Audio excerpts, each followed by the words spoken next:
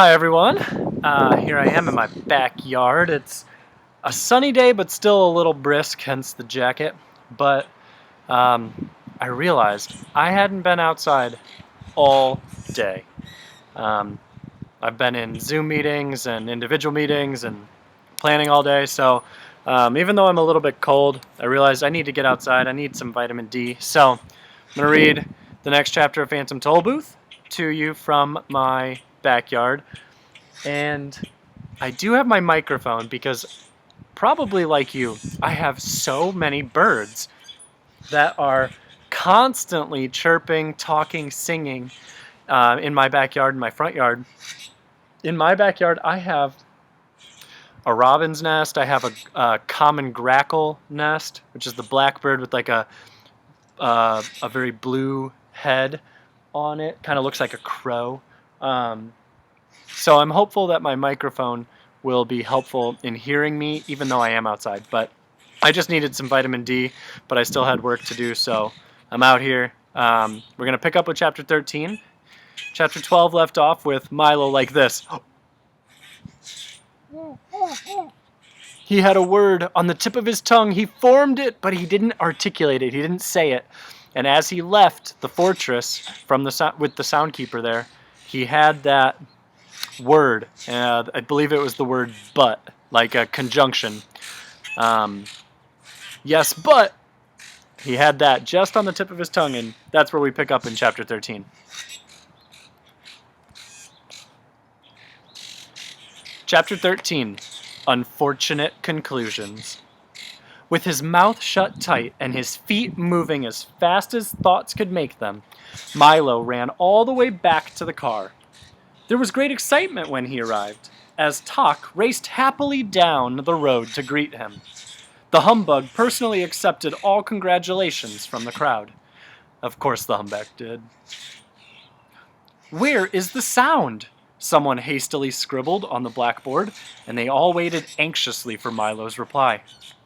Milo caught his breath, picked up the chalk, and explained simply, "It's on the tip of my tongue." That's another idiom. Several people excitedly threw their hats into the air. Someone shouted what would have been a loud hurrah! And the rest pushed the heavy cannon into place. They aimed it directly at the thickest part of the fortress wall, packed it full of gunpowder. Milo stood on tiptoe, leaned over into the cannon's mouth, and parted his lips.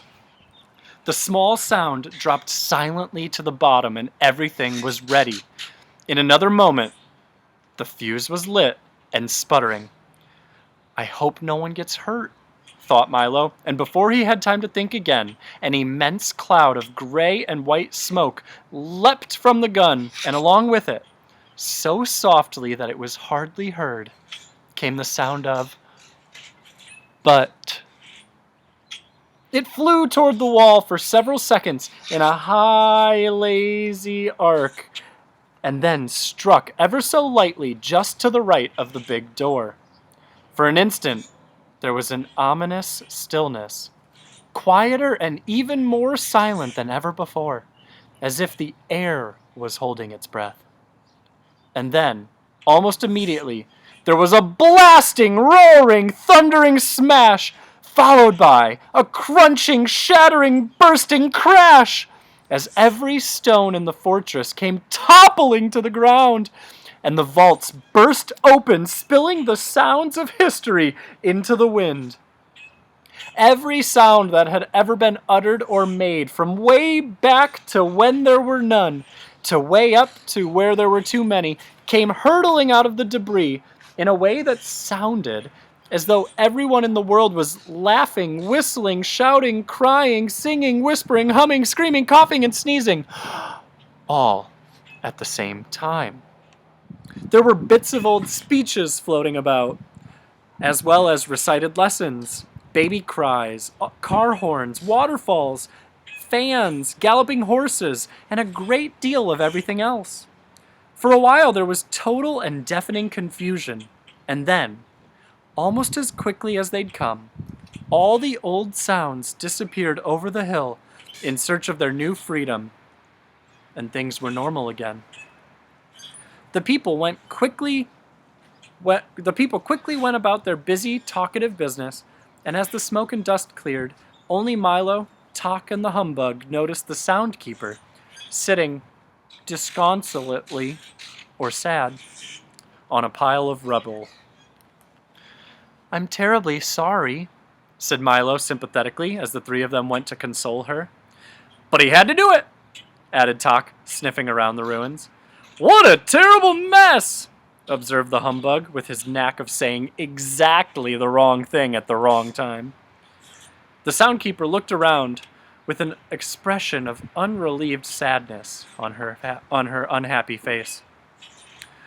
"It will take years to collect all those sounds again," she sobbed, "and even longer to put them back in proper order. But it's all my fault, for you can't improve sound by having only silence. The problem is, you must use each sound at the proper time." As she spoke, the familiar and unmistakable squitch, squatch of the din's heavy footsteps could be heard coming over the hill. And when he finally appeared, he was dragging an incredibly large sack behind him. "Can anyone use these sounds?" he puffed, mopping his forehead. "They all came over the hill at once, and none of them are awful enough for me." The soundkeeper peered into the sack, and there were all of the sounds which had burst from the vaults. "How nice of you to return them!" she cried happily. "You and the doctor must come by for an evening of beautiful music when my fortress is repaired." The thought of it horrified the din, so much so that he excused himself immediately and dashed off down the road in a great panic. "I hope I haven't offended him," she said with some concern. "He only likes unpleasant sounds," reassured Tock. "Ah, yes," she sighed. "I keep forgetting that many people do. But I suppose those sounds are necessary, for you'd never really know how pleasant a sound was unless you knew how unpleasant one could be." She paused for a moment, then continued, "If only Rhyme and Reason were here, I'm sure things would improve." "That's why I'm going to rescue them," said Milo proudly. "What a long, hard journey that will be," Soundkeeper said. "You'll need some nourishment," she said, handing Milo a small brown package, neatly wrapped and tied with a string. "Now remember, they're not for eating, but for listening. Because you'll often be hungry for sounds as well as food. Here are street noises at night, train whistles a long way off, dry leaves burning, busy department stores, crunching toast, creaking bed springs, and of course, all kinds of laughter. There's a little of each, and in far-off, lonely places. I think you'll be glad to have them." "I'm sure I will," replied Milo gratefully. "Just take this road to the sea, turn left," she told them, "and you'll soon be at Digitopolis." And almost before she had finished, they said goodbye and they left the valley behind. The shoreline was peaceful and flat, and the calm sea bumped playfully along the sandy beach. In the distance, a beautiful island, covered with palm trees and flowers, beckoned or welcomed them invitingly from the sparkling water. "Nothing can possibly go wrong now!" cried the humbug happily, and as soon as he'd said it, he leaped from the car as if stuck by a pin and sailed all the way to the little island. "And we'll have plenty of time," answered Tock, who hadn't noticed that the bug was missing from the back seat. And Tock, too, suddenly leaped into the air and disappeared to the island. "It certainly couldn't be a nicer day," agreed Milo, who was too busy looking at the road to see that the others had gone. And in a split second, he was also gone. He landed next to Tock and the terrified humbug on the tiny island, which now looked very different. Instead of palms and flowers, there were only rocks and the twisted stumps of very dead trees. It certainly didn't seem like the same place they had seen from the road. Pardon me," said Milo to the first man who happened by. "Can you tell me where I am?" "Pardon me," replied the man. "Can you tell me who I am?" The man was dressed in a shaggy tweed jacket and knickers with long woolen socks, and a cap that had a peak in both the front and the back. And he seemed as confused as any human could be. "Well, you must know where you are," said Milo impatiently. "And you must know where you are," he replied with equal annoyance. "Oh dear, this is going to be very difficult," Milo whispered to Tok. "I wonder if we can help this man." They talked or conferred for a few minutes, and finally the bug looked up and said, "Can you describe yourself?" "Why, yes, indeed," the man replied happily. "I'm as tall as can be." And he grew up straight until all that could be seen of him were his shoes and socks. "And I'm as short as can be." And he shrank down to the size of a pebble. "I'm as generous as can be," he said, handing each of them a large red apple. "And I'm as selfish as can be," he snarled, grabbing them back again. "I'm as strong as can be," he roared, lifting an enormous boulder over his head. "And I'm as weak as can be," he gasped, staggering under the weight of his hat. "I'm as smart as can be," he remarked in 12 different languages. "And as dull as can be," he admitted, putting both feet into one shoe. "I'm as graceful as can be," he hummed, balancing on one toe. "And I'm as clumsy as can be," he cried, sticking his thumb in his eye. "I'm as fast as can be," he announced, running around the island twice in no time at all. "And I'm as slow as can be," he complained, waving goodbye to a snail. "Is that any help to you?" Once again, Tok, Milo, and the humbug conferred in busy whispers until they all agreed. "It's really simple," said the humbug, twirling his cane. "If everything you say is true," added Tok. "Then without a doubt," Milo concluded brightly, "you must be Can Be." "Of course! Yes, of course!" the man shouted. "Why didn't I think of that? I'm as happy as can be." Then he quickly sat down, put his head in his hands, and sighed. "Ah, but I'm also as sad as can be." "Now, will you tell me where we are?" asked Tok as he looked around the desolate island. "To be sure," said Canby. "You're on the island of conclusions. Make yourself at home. You're likely to be here for some time." "But how did we get here?" asked Milo, who was still a bit puzzled by being at the island of conclusions at all. "Well, you jumped, of course," explained Canby. "That's the way everyone gets here. It's really quite simple. Every time you decide something without having a good reason, you jump to conclusions, whether you like it or not. It's such an easy trip to make that I've been here hundreds of times." "But this is such an unpleasant-looking place," said Milo. "Yes, that is true," admitted Canby. "It does look much better from a distance." As he spoke, at least 8 or 9 more people sailed onto the island from every direction. "Well, I'm going to jump right back," announced Humbug, who took 2 or 3 practiced bends, leaped as far as he could, and landed in a heap only a foot away. "Nope, that won't do at all," scolded Canby, helping him to his feet. "You can never jump away from conclusions, only jump to conclusions. Getting back is not as easy. Yeah, that's why we're so terribly crowded here." That was certainly the truth, for all along the bleak shore and clustered on the rocks for as far as anyone could see were enormous crowds of people, all sadly gazing at the sea. "Isn't there even a boat?" asked Milo, anxious to get on with his trip. "Oh no," replied Canby, shaking his head. "The only way back is to swim, and that's a very long and a very hard way." "I don't like to get wet," moaned the unhappy humbug, and he shuddered at the thought.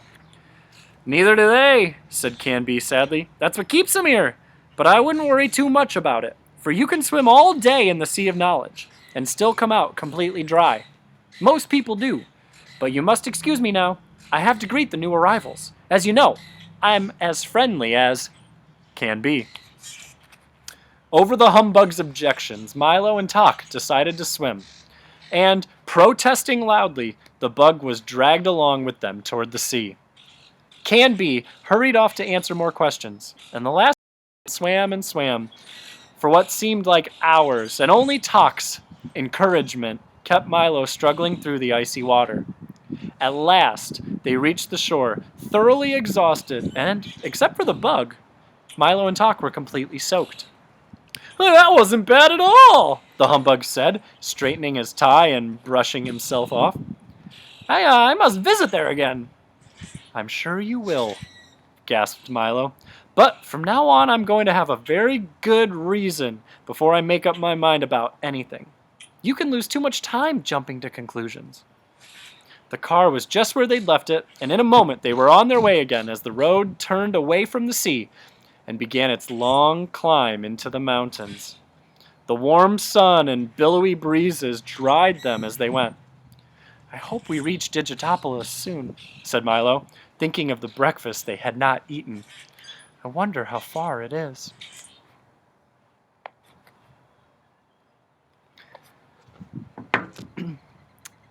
I wonder, have you ever leapt to conclusions the way Milo, Tok, and Humbug did?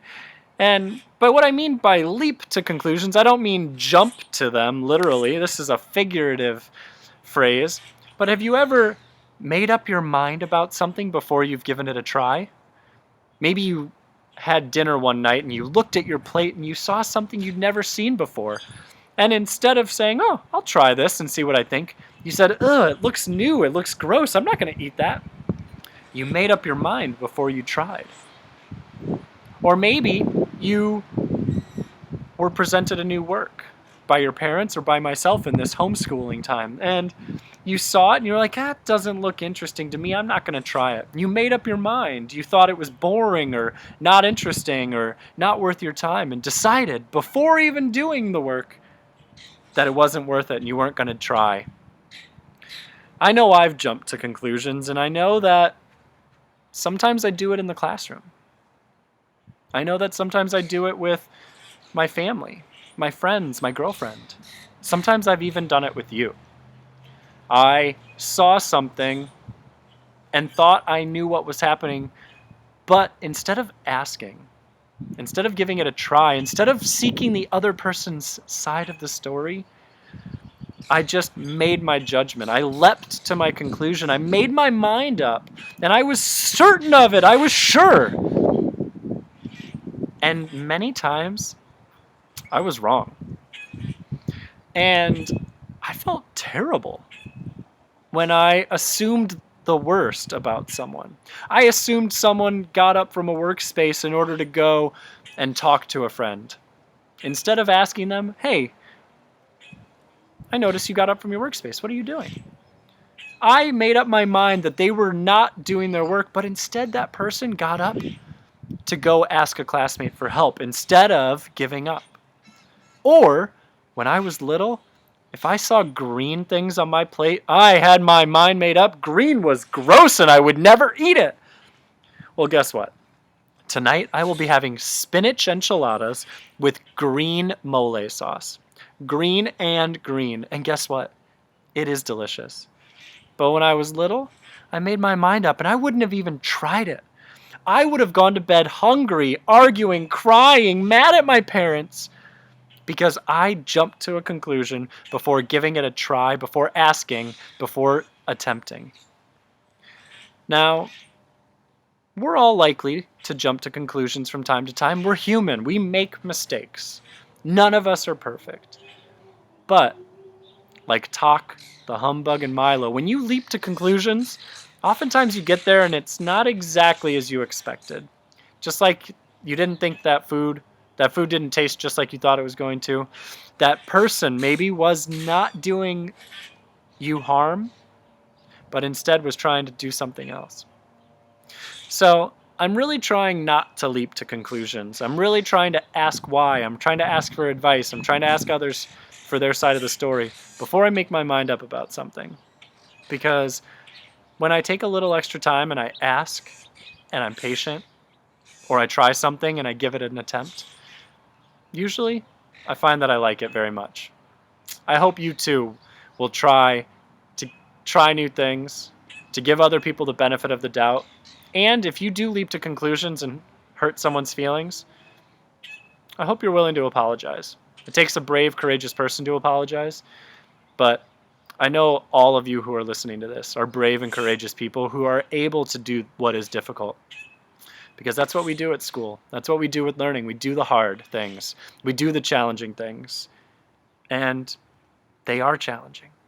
And sometimes it's not what you want to do, but it's the right thing. And I know you all will continue to do the right thing. Until tomorrow.